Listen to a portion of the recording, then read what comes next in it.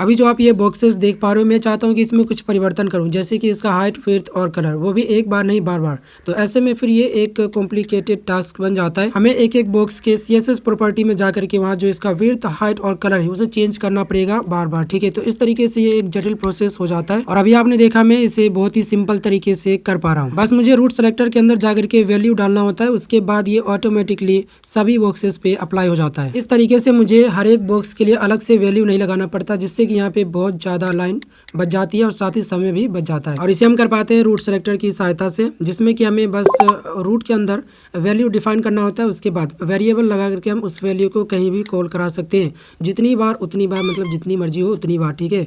और चाहे तो एक ही जगह पे हम जा करके उस वैल्यू को चेंज करा सकते हैं और जहाँ भी हमने उस वैल्यू को कॉल कराया होगा वहाँ पे डायरेक्टली चेंजेस होगा। इस सेलेक्टर का यूज़ होता है रिपीटेशन को कम करने के लिए, जैसे कि अगर कहीं पे पूरे पेज में हमें एक वैल्यू को बार बार लिखना हो तो उसे हम सिंपली रूट के अंदर स्टोर करा लेते हैं, उसके बाद उसे वेरिएबल लगा के हम बार बार उसे प्रिंट करवाते रहते हैं और एक ही जगह से हम उन सभी को कंट्रोल कर सकते हैं। CSS में रूट सेलेक्टर को कैसे डिफाइन किया जाता है, इस चीज़ को दिखाने के लिए मैंने यहाँ पे काफ़ी सारे बॉक्सेस बना लिए, वैसे 4 ही बॉक्सेस हैं। तो इसको सेंटर बनाने के लिए मैं यहाँ यूज़ करूँगा सेंटर टैग का, ठीक है, जिससे कि ये सारा बॉक्स ऑटोमेटिकली सेंटर में आ जाए। इसके ऊपर फिर मैं बताऊंगा कि कैसे हम रूट सेलेक्टर को यहाँ पे डिफाइन करते हैं और उसको कैसे वेरिएबल लगा करके वैल्यू कॉल कराते हैं। इसका जो क्लास नेम है मैं ऐसे रखूंगा कि ये जो बॉक्सेस है 2-2 के ग्रुप में आ जाए, जिसपे कि अलग से, क्योंकि मैं रूट के अंदर 2 ही वैल्यू डिफाइन करूंगा जो इन चारों बॉक्सेस पे लगेगा। तो HTML का जो स्ट्रक्चर है वो कंप्लीट हो चुका है। उसके बाद हम स्टाइल टैग के अंदर आएंगे और यहाँ पे रूट सेलेक्टर को एक्टिवेट करने के लिए मैंने यहाँ पे कॉलन लगा देने के बाद रूट के अंदर डबल डैश लगाएंगे और जो भी नाम हम रखना चाहते हैं उस वेरिएबल का उसे लिख देंगे। उसके बाद उसके अंदर हम वैल्यू स्टोर करा देंगे कोलन और सेमी कोलन के बीच में।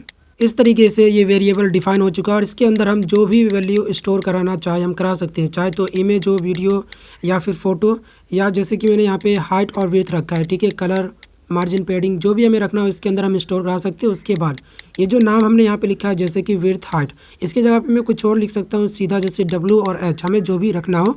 उसके बाद हम इस वैल्यू का जहाँ भी यूज़ करना चाहते हैं वहाँ जा करके इसको हम कॉल करा देंगे, बस ये हमारा काम हो जाएगा। अभी मैं आपको दिखाता हूँ, लेकिन बैकग्राउंड कलर के लिए जो लीनियर ग्रेडियंट है मैंने उसको भी डिफाइन किया है एक बॉक्स के लिए, और मतलब एक जो क्लास सेलेक्टर था ग्रुप उसके लिए। उसके बाद दूसरे ग्रुप के लिए भी यहाँ पे बैकग्राउंड इमेज लगा करके हम लीनियर ग्रेडियंट डिफाइन कर देंगे। बट इसका जो नाम है थोड़ा लंबा चौड़ा है, इसलिए इसको ग्रेडियंट कर देते हैं सिर्फ, क्योंकि नाम हम अपने हिसाब से रख सकते हैं, ठीक है ना। उसके बाद 130 डिग्री लगा करके, यानी कि 130 डिग्री पे ये कलर ग्रेडियंट बनेगा और जो भी कलर हम रखना चाहते हैं उसको यहाँ पे लगा देंगे।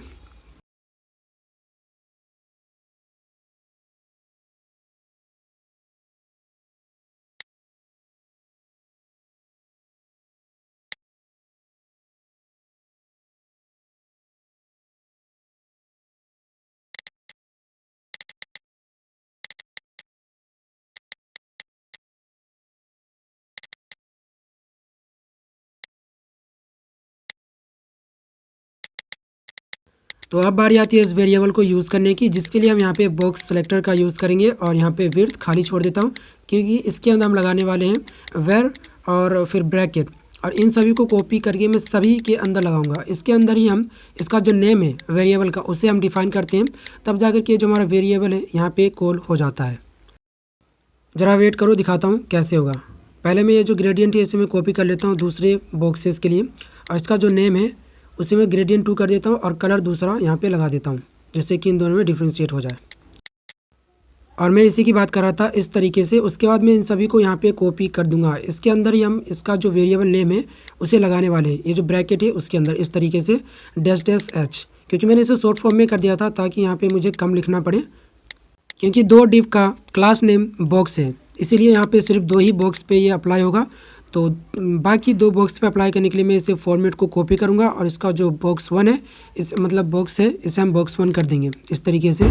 अब ये चारों बॉक्सेस पे अप्लाई होगा। बॉर्डर अप्लाई नहीं हुआ, इसका मतलब कहीं ना कहीं यहाँ पे स्पेलिंग मिस्टेक है। एक बार चेक करते हैं, ये रहा, रेडियस होना चाहिए, यहाँ पे क्या हो गया भाई। ठीक है, इसे भी सही कर लेते हैं और आप देखो आ गया ना इस पर रेडियस।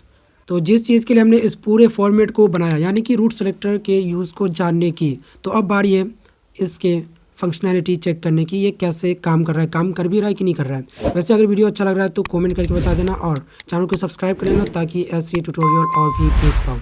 जिनको अभी तक समझ में नहीं आया नीचे कमेंट करके पूछ लेना, ठीक है। वैसे मैं यहाँ पे बात कर रहा था CSS में कैसे हम वेरिएबल को डिफाइन करते हैं, रूट सेलेक्टर का यूज़ क्या है, ठीक है।